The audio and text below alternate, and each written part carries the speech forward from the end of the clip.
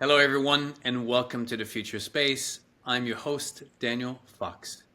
Our guest today is Michael Moreno.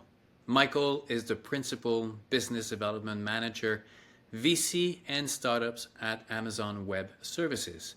He's a partner at the Silicon Valley Defense Group, National Security Entrepreneur in Residence at University of California in San Diego, advisor at the USC Center for Research in Space Technology, and co-chair of the Berkeley Skydeck Air and Space Track.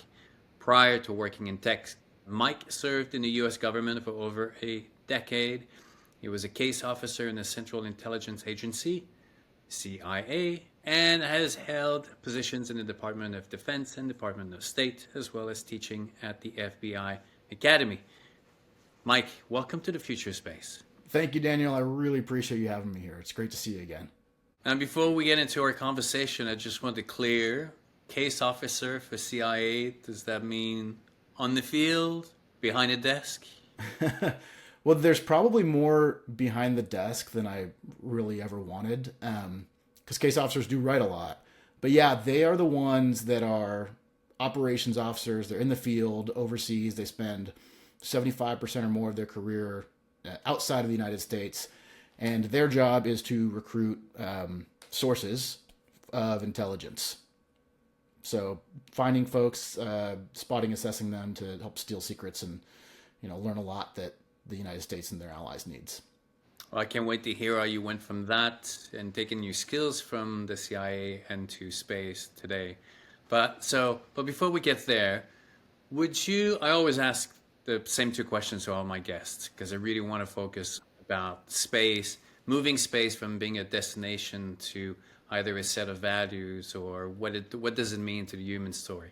So for you, could you share three words that capture the essence of space? Yeah, so Daniel, when we first met, like a couple of years back, it was in Austin at South by Southwest. It was actually on the margins of a space startup pitch competition, and you asked me this question, and I didn't answer at the time, but I've been thinking about it ever since, and I feel like I don't want to give the wrong answer here, but I know that there's no wrong answer, and so for me, it's linear, and all I can think about when I think of space is our next adventure, and those are my three words. Because for me, I'm sure that's not very original, but I'm always looking for good stories and I'm always looking for adventure. And I feel like I cannot think of another place that is more exciting and more ripe for adventure than space. So those are my words. And that's the perfect segue because you just said the next story. And on those lines, right, we know that there's a science story of going to space. We know that there's a technology story of going to space. There's the geopolitics. There's a lot of stories. But if I say, what is the human story of going to space? What does it mean to you? For me, I think that humans, we are hardwired to always look over the next hill and to always push ourselves. And technology has aided that exploration and has aided and supported our hunger for learning, but it's not the only part of the story, and certainly it's not like when we think about space and the space industry and like humans going to space. For me, what I think about a lot as a guy that never studied engineering for a living, there are a lot of roles to be filled in space exploration and in this next chapter of humanity. So the human story is we're going to space, and a lot of very smart engineers and scientists and hard tech professionals have been getting us there for the last 50, 60 years. But it's time for everyone else to jump on board and get involved. And that's why this is so exciting for me right now. Little kind of philosophical question or tie into this, but because you said there was like it's in our genes, this desire to look over beyond the horizon. Would you even kind of bring it to life ever since the beginning, right? I mean, for how life got to this point was all by always pushing the boundaries, right? How did it go from these little bacteria to where we are today. And but species have always developed, they adapt so that they can move with the food, they can adapt with their environments. And humans are using technology. We're just continuing that story, right? We're developing these technologies so that we can adapt in reaching these new destinations, whether it was building a ship that can take us across the pond or across the ocean, or planes, but now we're talking about space. This is in like if we really we look into the core of it, is it the same or is it different and different? I mean, I think you can be, I would rather be philosophical than intellectual about this. And I think we could probably make the argument that, like, when you're faced with a resource constrained environment and you either adapt or die, that, like, this is why it's a certain point that prehistoric fish that had something that looked like arms actually crawled out of the muddy water and found land. Like, that's kind of where we came from. And I think there's an argument that they were probably looking for resources. But I really do believe that this aspect of humankind drives us where we, and like maybe it's genetically linked, but like we do need to explore, and we have this insatiable thirst for new environments.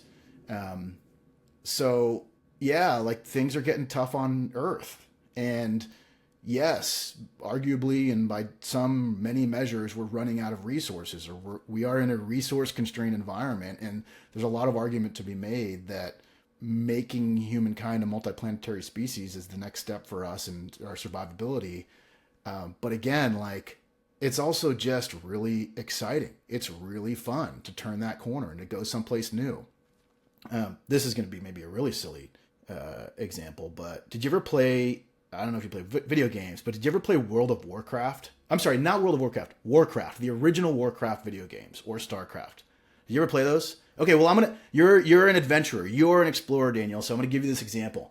In the original Warcraft and StarCraft games, right, where you have to, like, you have these little guys and you have to collect resources. These are like real time, like, resource management games, and then you have to fight for them, right? Well, there was this thing called the Fog of War. You start every game, and you're this little figure on a map, and all you see is what's around you, right? Like on your screen.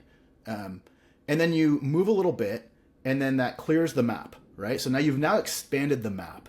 And then your whole sort of goal, like intuitively, we want to clear the entire map, right? So that we see what's there. And one thing that happens, and this is the fog of war aspect, is when you back up a little bit, the map still stays cleared, but it's kind of grayed out a little bit. So you don't see these real-time updates, but you know what's out there. And so in my mind, and this is just, 12-year-old me still thinking in an adult's body, like, we're always clearing that map. And that's what we always want to be doing.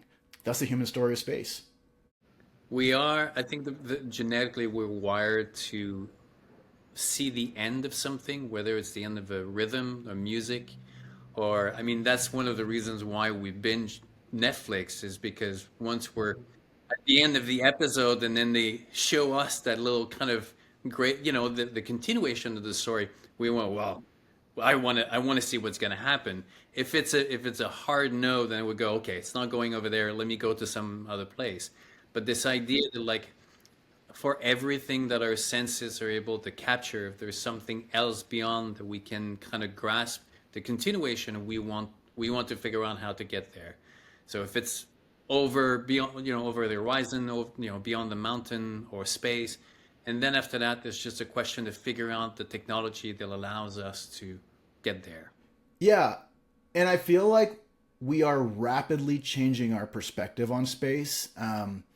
I got two young kids, and by the time they're grown up, I really do think they're going to be thinking about low Earth orbit and probably the moon in a way that we think about a trip. I live in San Diego, probably about a trip to, like, Santa Barbara, approximately. Like, if I pointed my car straight up and somehow managed to drive to the ISS, it would take me about just as long to get there as it would to get to, well, with traffic, some points in LA. You know what I mean? And we just don't think about space like that right now. But I think that's going to change quickly. A lot of things are happening in the next few years, as you know, right? Like, intuitive machines just landed on the moon. We have Artemis 2 and 3 coming up in the next 2 years. We're going to put humans back on the moon.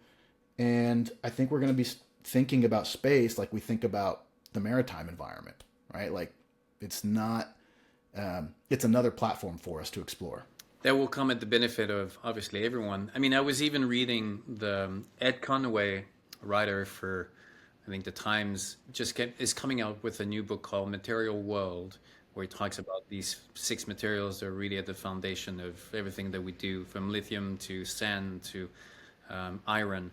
But his point was that even even with their vision of a green future where things are not going to be based on fossil fuel or things are going to be green, the amount of material that is needed to build that future cannot just come from Earth. If it comes from Earth, we're going to run into the exact same issues of extractions and conflicts. It has to come from somewhere else. And the quantities also that we're looking for. And there's only one place that we can look for that, that's going to be space. So, I mean, whether we want it or not, space has to be part of the solution, right? I totally agree. But I have a question. Can I ask you a question? Because this is your podcast, but like I'm so interested. I mean, one of the things that fascinates me about you is that I literally have described you as an adventurer, an explorer. Like you are a modern day explorer, and we're here talking about space, and this is how we met. But like, you spend a lot of time exploring the Earth, and particularly the oceans. So I don't want to distract us too much, but I just am curious to hear, like, how do you tie these two things together? Because I do think that there's some thread here, and I really would love to hear your perspective on it.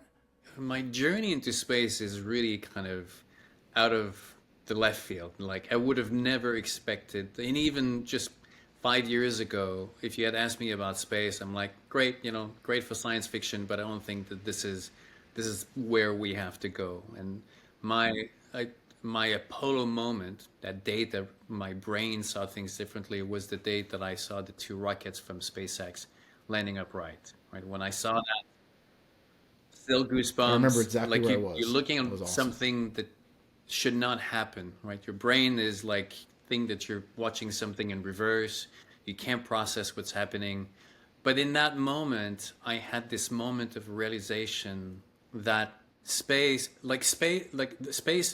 to that point had just been a fantasy of technology, something that we're not going to have, that we're not going to even remotely touch, or even if we can, the scale of it is way too big.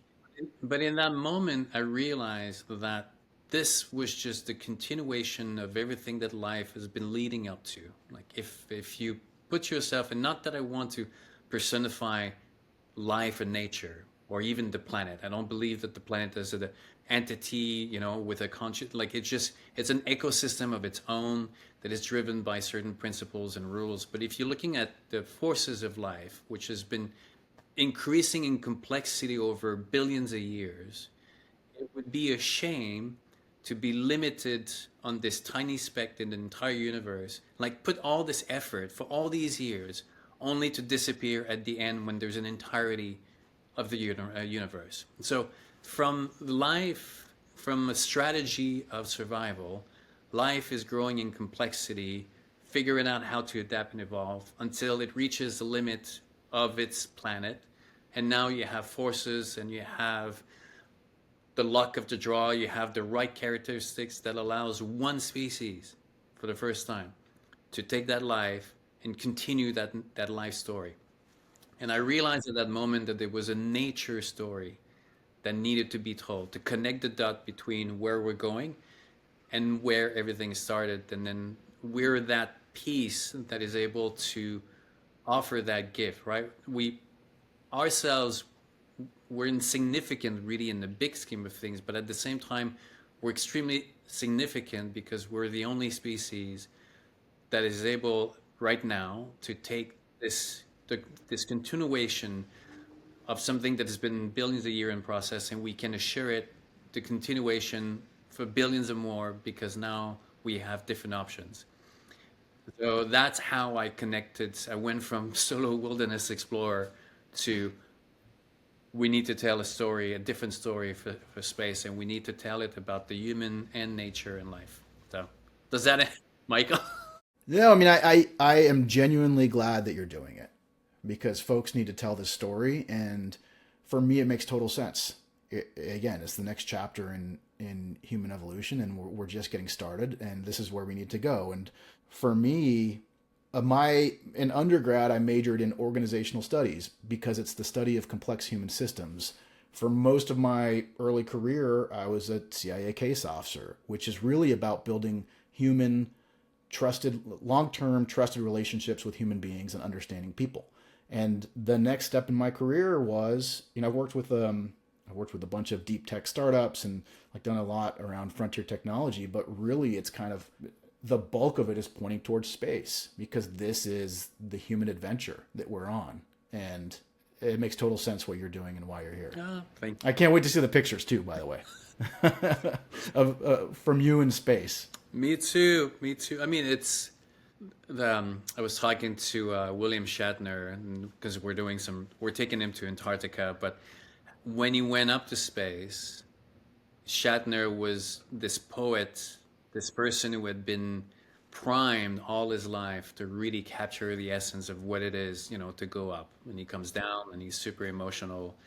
And I think that's the purpose. Like you send Jeff Bezos, he's an engineer, his mind is in different places, like he processes the information differently.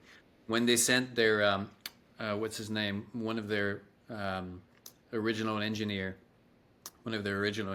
and he went up and he came down and he could not process. You could see that his brain was not capable of connecting the dots because it was such an emotional, visceral experience.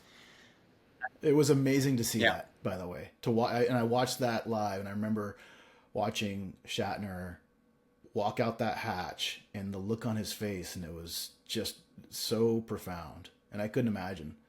And by the way, like, he is the person whose voice is in my head. When my three words were our next adventure, and all I can really hear is space, the final frontier.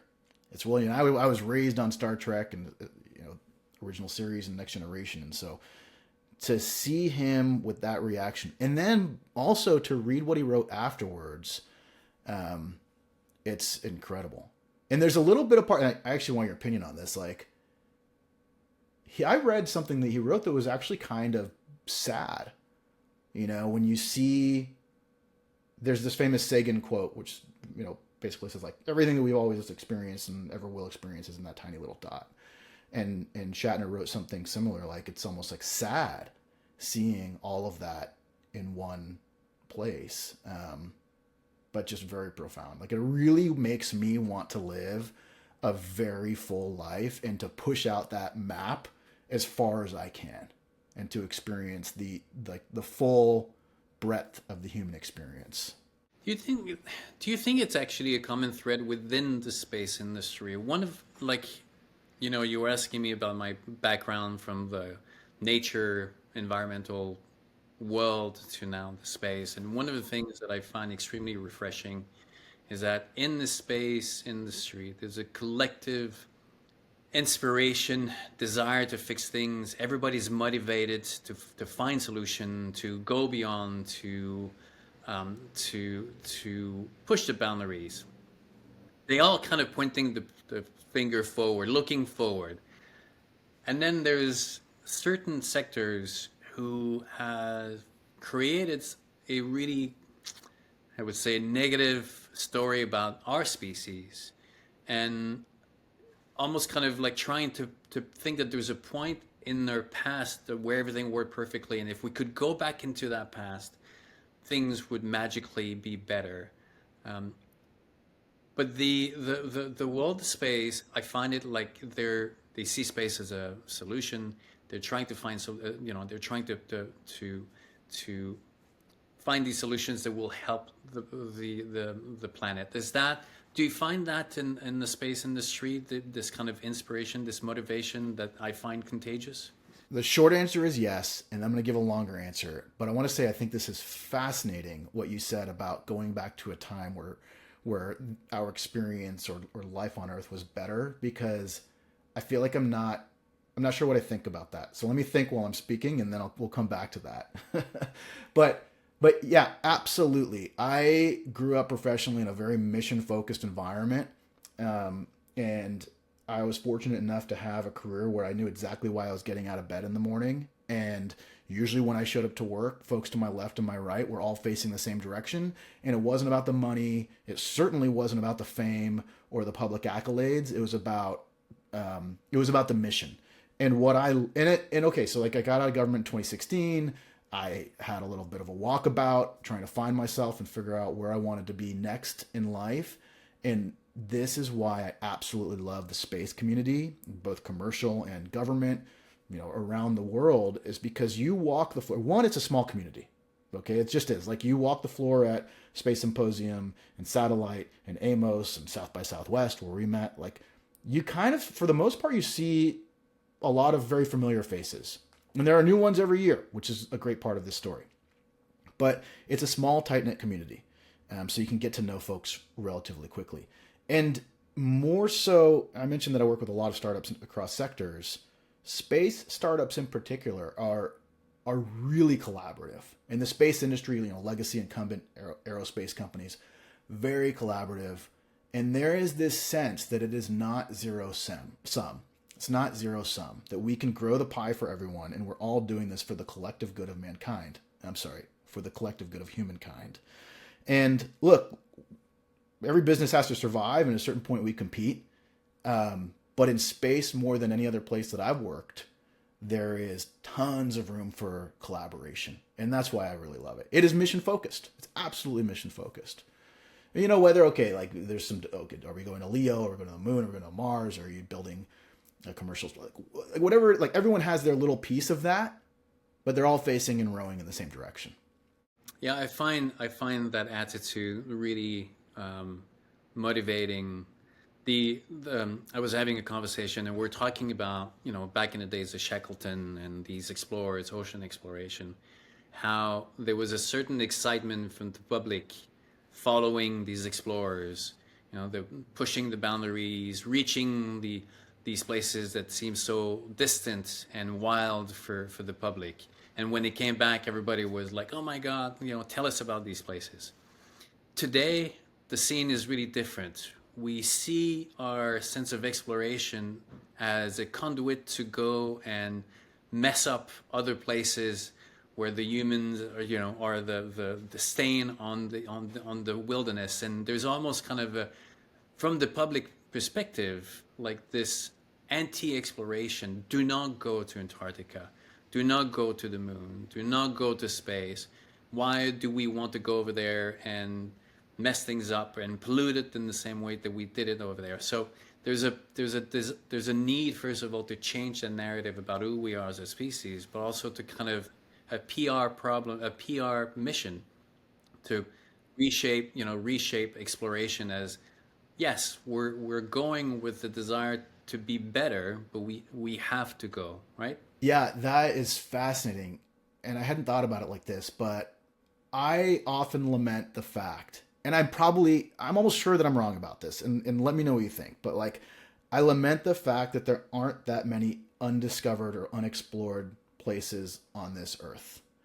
Right? I think about that, would I have been happier in an earlier time when I could get on a steamship and go someplace for the first time and walk into a jungle and get lost and know that I was the first person ever to go there, because that's how I'm wired, right? I get most excited on the boundaries, on the edge, and pushing that map out.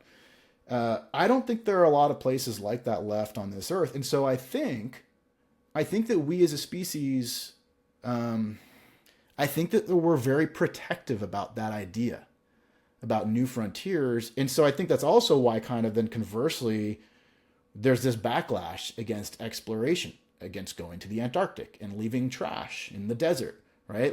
This really depresses me when I go to places that should be pristine nature, or frankly, when I'm walking in a canyon trail in San Diego and I hear someone playing a Bluetooth speaker, right? It hurts me, because this is pristine nature, and it should be cherished and protected. But it's like the Heisenberg uncertainty principle, right? We cannot observe something without impacting it. And so by our very act of exploration, we are polluting that environment. So yeah, there's a backlash, and maybe I think that's why we can channel some energy into responsible exploration. And that's probably something you spend more time thinking about than I do, but like there is a way to do things more sustainably than not.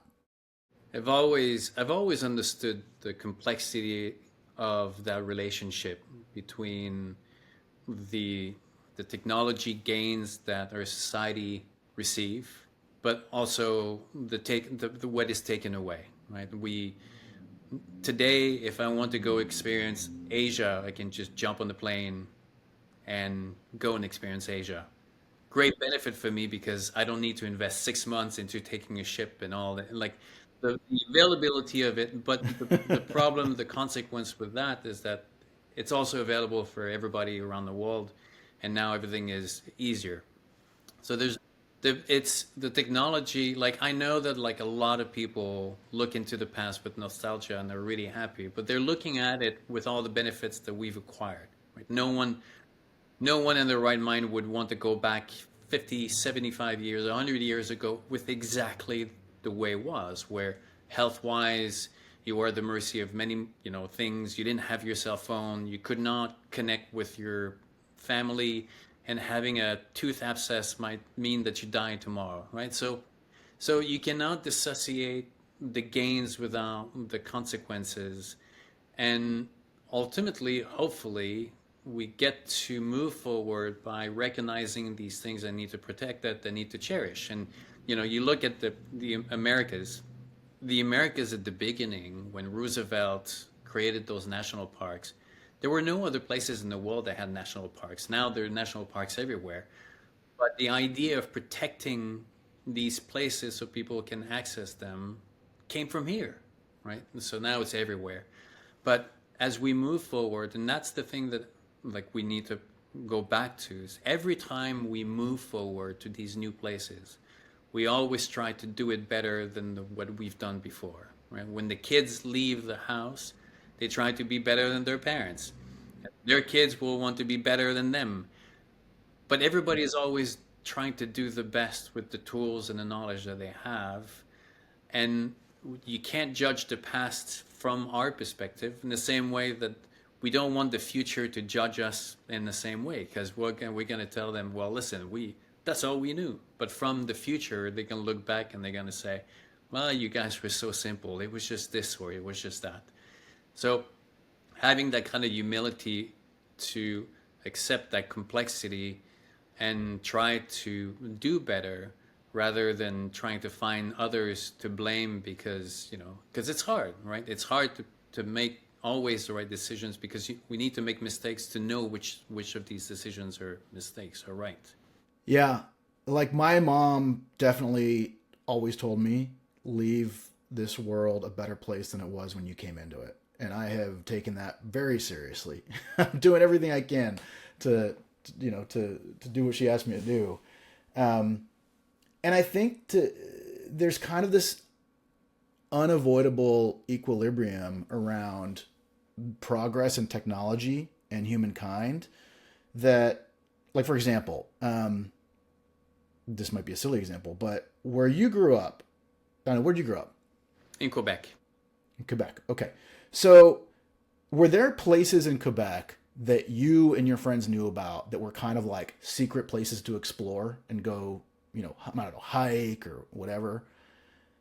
In San Diego, I grew up in San Diego and then I did this career overseas. And now I'm back here, right? When I grew up, there were these urban legends, and there was one place, for example, called the Mushroom Caves, and everyone would talk about the Mushroom Caves, and like you had to know someone who told you, like someone's older brother or sister, and then you would get these, bad directions and try to go find it, and if you found it, you got really excited. And now it's literally on Google Maps.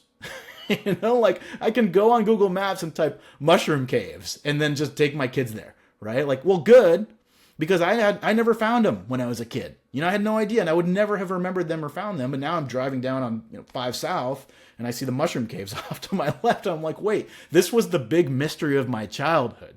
And that's just an example, like many other things like that, right? That have just totally transformed, and some of the magic is gone, and I'm sad about that. But it's also pretty convenient. And this is what I mean by this unescapable or inescapable equilibrium. Like, you just live with it. And okay, this is like how life is, and I'm not going to capture that magic, but there's certainly other magic out there to go look for.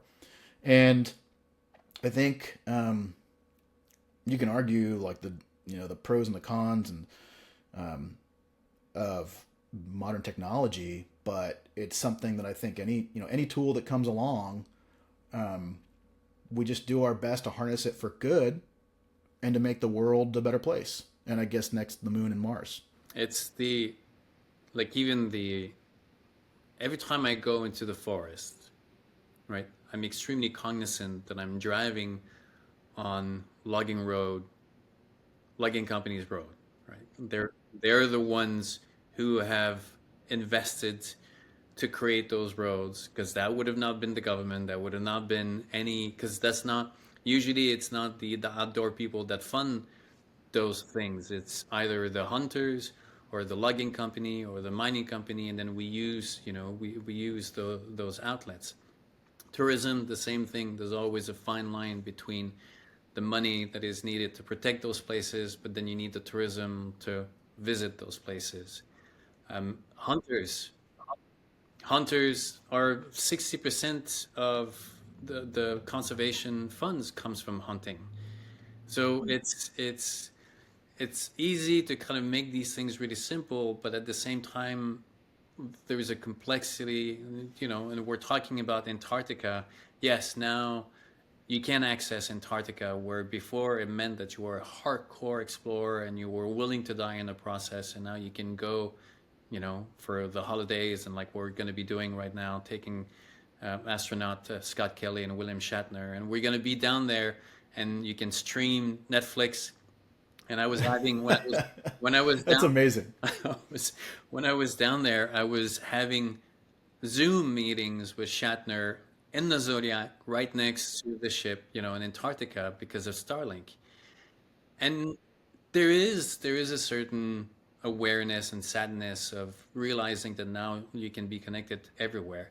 But at the same time, I've seen so many families sharing these moments with their children, with the rest of their families, and now and seeing through their eyes and through their what they say, experiencing and really experiencing the connecting how everything is connected, right? Because for them, prior to that, they were not able to understand how is it that Antarctica is connected to what happens in New York or what happens everywhere. But now, being seeing that, they get to experience it. They get to see how the dots are connected, because there's an expedition team that does the educational part of it. And now they go back and they become ambassador to these places and say, no, we have to protect. So that's the unfortunate, all these different perspectives that come together moving forward. Yeah, I was just thinking about this the other day because I saw a picture, or it was a video actually, of someone was filming themselves summiting Everest, and they sort of did a shot over their shoulder, and there was a line of like like 100 people behind them. I mean, it was basically shoulder to shoulder, folks just walking up, and I thought, is nothing sacred? Like, this is amazing, right? I can only dream of summiting Everest in my life, but when I was a kid growing up, this was the pinnacle, literally, of adventure, right? And like a really hard thing, and it's still a very hard thing, but this is an immense challenge that very few people on Earth had done, and now it's almost like it appears, and I'll probably offend someone here, but it appears to be commoditized, right? If you can get a line this long of folks walking up to the peak of Everest, and I don't know, like, that's great. I mean, I don't have really strong feelings about it, but a little part of me is kind of sad, and I don't know why Well, you will about not that. find me that in that line. That's like, yeah. My I'm the surprised.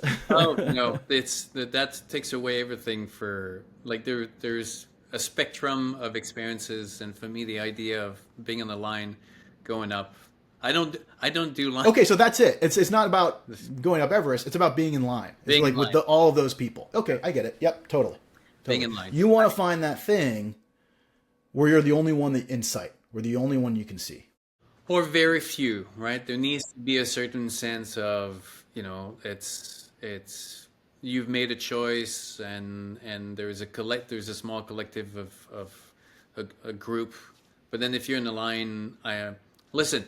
I'm the kind of person who, if I drive down a freeway and I see a group of cars that are photographing an animal, I continue. Like for me, this is not my experience. This is not how I want to photograph. I don't want to consume these moments of that in that way.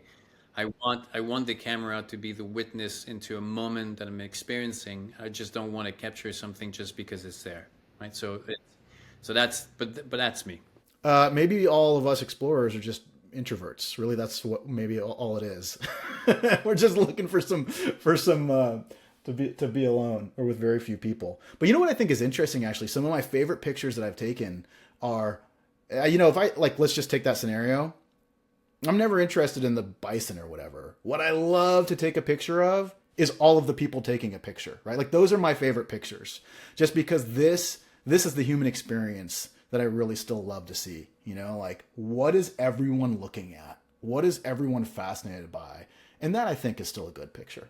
Now back to so you were a CIA, government, FBI, a lot of people dealing with people, studying people, and then you're in space. Was space always the objective, and then the industry kind of like became available, and then you went into it, or did you just end up in space and originally were just having a career from on the governmental agencies? That's a really good question. It was definitely intentional. I think you like we're in this funny generation that I think will look back in history that we're in the 50-year gap of presence on the moon for humanity, where like I grew up watching tons of movies and reading books and watching TV shows about going to space, but we weren't okay. We're in Leo, but not on the moon, and so I have been a space nerd ever since I was a little kid. I grew up on science fiction. Like most of my leadership philosophy originally came from Star Trek: The Next Generation and everything that I read in like science fiction books. And so I was a space nerd, and I was raised on this. And but I didn't go to school for engineering or I went to school for some like very social sciencey human type studies, and then ended up in a career that was very human focused, probably because that's what I'm naturally best at, right?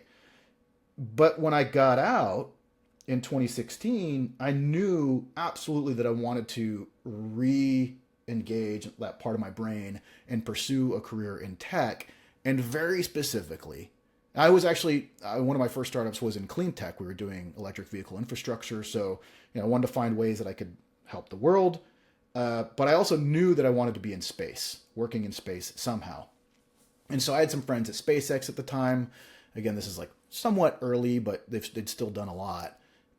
Looked at jobs there. It was kind of weird because, again, I was a CIA case officer. I was still undercover at the time, so I couldn't say what I did. But my skill set on paper did not translate necessarily to a job at SpaceX. I don't know, maybe in sales or business development. But I knew that I wanted to be in space. And so I just kept looking around, and I did a couple of startups. I came back home to San Diego, and there happened to be a really cool company based in Carlsbad in San Diego called Viasat, and Viasat makes geostationary orbit satellites. They do broadband internet. They've been doing it for almost 40 years now. So they do residential internet. They do the broadband satellite internet for Air Force One and tactical SATCOM for the warfighter. So they are very much a space company. Half of their revenue came from consumer products, and half of their revenue comes from government. So it just happened to be that I found a really cool team doing market intelligence and strategy where they actually valued my background. And that was my like little, open door into the space industry, and I just ran through it as quickly as possible because I wanted to be in space. And while I was there, I talked to every engineer that I could. I just soaked up everything that I could and talked to as many people. And I really wanted to be a space guy and tried to sort of turn this corner from my previous government, very kind of like defense, intelligence, national security career into, I don't want to turn my back on that. It's a big part of me and who I am, but I really want to grow and be part of this movement into space. And so that's what Viasat did for me. And I ended up going from there to a team at Amazon Web Services that needed folks who understood the experience of founders and startups, the experience of investors who care about, who are investing in startups, VCs. And I had done some investing and advised VCs at the time. And then obviously the experience of government customers and public sector. And so that's how I ended up at AWS. And my job there was specifically to help space and national security VCs and startups. So by that point, I was like, okay, I'm relatively established. I created, along with some teammates, this thing called the AWS Space Accelerator, which we ran for 3 years. And I think that helped out a lot of startups. And it really did make a mark on the space community. And that gave me this phenomenal opportunity to go to all of these conferences, meet folks, learn as much as I could, and occasionally share my opinions on the space industry. But I still feel very new in this world. So you have a big part of your career was into dealing with I would say the geopolitics reality of how the world, the intricate kind of network under that we take for granted and we don't see. I mean, we see on TV, but in reality, there's a lot of people, skills, and negotiations that happen around the world to make sure that all this stays relatively peace and moving forward. I think the space for a long time. I mean, after the space race, where again it was more geopolitics, and then the gap was because basically the technology was not there to fill that gap, right? There was no incentive for the commercial, and it was too expensive for the government, so they had to find these solutions that would have no solution, so that you could keep the money coming from the Congress.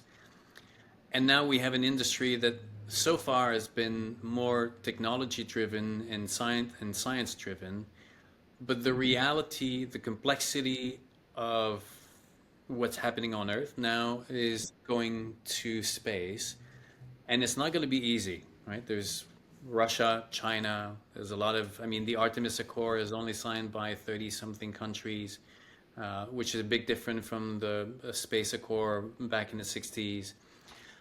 How do you see that future? And is there anything that keeps you up at night, understanding all the players, or? Well, let me just say, I genuinely aspire to be a citizen of the world, and I think that humans are inherently good. And I asked this question when I was a kid in high school. We had this kind of like philosophy class called the Falconer. And one day at lunch, we sat around a table and had this question: are humans inherently good or bad? And a lot of us argued that we're inherently good, right? Like, you want to see the best side of people. And the person leading the conversation said, okay, well, now let's fast forward you all 3 weeks and you haven't eaten and you're starving. And someone puts a piece of bread in the center of the table. Does that change? And I still don't believe that the answer to that question changes. But I think that some people are going to die. I think that they're going to fight for that piece of bread. And that is I'm also a pragmatist. I'm a realist. And that's the unfortunate truth. Again, we go back to like limited resources. And this is, this is one of the causes of human conflict. And so if I'm wearing my former CIA officer hat, for example, the Cold War never ended. In the dark corners of the earth, certain folks employed by the governments of their countries have been fighting each other nonstop. And that never went away. While at the same time, in space, there's then been this incredible collaboration, right? In science, when scientists collaborate across borders and share data and share findings and co-publish papers, right? Like, those two worlds have been living in parallel. And space, up until right about now, has been what we would call an uncontested domain. We haven't been fighting in space, thank goodness. Well, I hate to say it, but a lot more folks are heading up there, and it's going to be a little bit more crowded. And I almost don't even want to manifest this. Like, I don't want to say this out loud, but it's going to change at some point, right? Like, we're all going to land on the moon, and people are going to put their flags down, and they're going to start arguing about who gets to mine that rock. You know, like, and this is why I joke about, have you watched For All Mankind? The series? Yeah, like, this is why I call that a historical documentary. For All Mankind is this alternative history where Russia beat the US to the moon. And then this kicked off this space race of like who can colonize first. And then very quickly it gets to this question of, and I love this debate between the DoD and NASA on the show of like, should we bring weapons to the moon? And should we weaponize what is historically been a research mission? And it makes for fun TV, but I guarantee you, and I don't actually know, I haven't been part of these conversations, I guarantee you this is being discussed right now. And I asked a friend of mine, I think I wrote this publicly recently. A friend of mine has a company that's putting some rovers on the moon. And I asked him, hey, how long do you think it's going to be until people ask you to weaponize those rovers? And he laughed and he said, sooner than you think, Mike, which is kind of chilling. And by the way, this was in 2021 that we had this conversation, you know, so it's coming. And I wish that it weren't, but it's something that, okay. And by the way, like, this is why space exploration is no longer the province of only engineers. We really need public policy, international relations, international security policy, philosophers, artists. Like, lots of people should be weighing in on this conversation about how do we make a better version of humanity. And if there is any way possible that we can avoid the conflicts that we have historically waged on Earth, we should do our best to find that on the moon and beyond. And the way to do that is by not being naive to thinking that space is just going to be, you know, an utopia where we can all go and everything is going to be fine because it's this story that we've created. In reality, it's a place where we have to anticipate conflicts so that we can prepare ourselves. Right? We can come to the table. It's like going to a different country and sitting at the table, not studying and not understanding the different culture. There's going to be a failure of communication. So as we go to the moon, as we go to, I mean, right now China has his own space station and they have their own agenda. And Russia, I'm not too sure if they're going to ever succeed in getting to that next phase. But they also, you know, what Putin is doing, they're trying to drive their own narrative. So we have to be honest and humble into what this next step is going to be so that we can give ourselves the skills, so that we can come to the table with that humility and that openness, and so that we can drive that conversation and make that happen. Because otherwise, if we don't, and that's for me, that's another point, if we don't try to be the first to go to these places, then others will go there before us, and then they will shape it into a way that might not be necessarily in the way that, you know, we like it. So just for that. So, Mike, I think you have a career of skill sets that is really about studying human nature and all its up and down, and good sides, dark sides. What would like try to capture that in 3 words? 3 words of wisdom about living a life full. I mean, you kind of mentioned a little bit, a few of them for what your parents have taught you. But what would be 3 words of wisdom by Mike? Okay, I'm not gonna. I'm gonna go. I'm gonna interpret that as 3 pieces of advice or wisdom. So I can't boil this down to 3 individual words. I don't think it would do it justice. And I'm passing on things that, well, in one of these cases, it's something that my dad told me from a very young age, and in fact, he told me it again today when I spent some time with him. And this is a little bit more personal, but it's find what you're good at and do it. You know, and it's this question of like, what should I do with my life? what is my purpose? Why are we here? And when I asked my dad, my dad had like a very successful career in medicine. He was a heart surgeon for 40 years. He saved a lot of lives. And I've always really looked up to him. He came from very humble background in, a little town in Mexico with 9 brothers. And every time I've asked him, like, Dad, what should I do? He said, well, just find out what you're good at and go for it. And so for me, that is a North Star and a piece of wisdom that's always kept me, I think, headed generally in the right direction. Do what you're good at. And then everything else seems easy. I guess that's the big point, right? Like if you're doing what you're good at, it doesn't seem like work and it's easy and it should be fun. The other one that can be interpreted like maybe a little bit more cynically, but I think this is helpful advice, comes from him too, from the world of heart surgery. It's all bleeding stops eventually. And the way that I think about this is, and it comes from a story of his where he had a patient on the table like very early on in his career, and he was getting really stressed out because they were bleeding internally. And his instructor, his lead surgeon, took him out and said, look, all bleeding stops eventually. Like, just don't worry too much, because either you're going to stop it, you're going to do something about it and solve this problem, or you're not. But one way or another, this problem's going to go away. So just don't stress out about it too much in the meantime, and you're probably going to be a little bit more effective at solving it. And then the third one for me is, this is the only one of these 3 that I came up with on my own. It's more of like a life philosophy. When I was young, and the first time I went to Iraq, I was like 21 years old. It was, early on, it was 2004. And I didn't really know what I was doing. I was at war for the first time, and I had a lot of thoughts going on about what I was doing and what I was seeing. And I didn't always know like how to think and how to feel about what was going on. And what I realized was that the only thing that really made sense to me in the face of all this complexity is just to love everybody. And that has to be my default state, because there are really bad things going on in the world, and there are really bad people, and there are people that will try to hurt you or take the bread from the center of the table.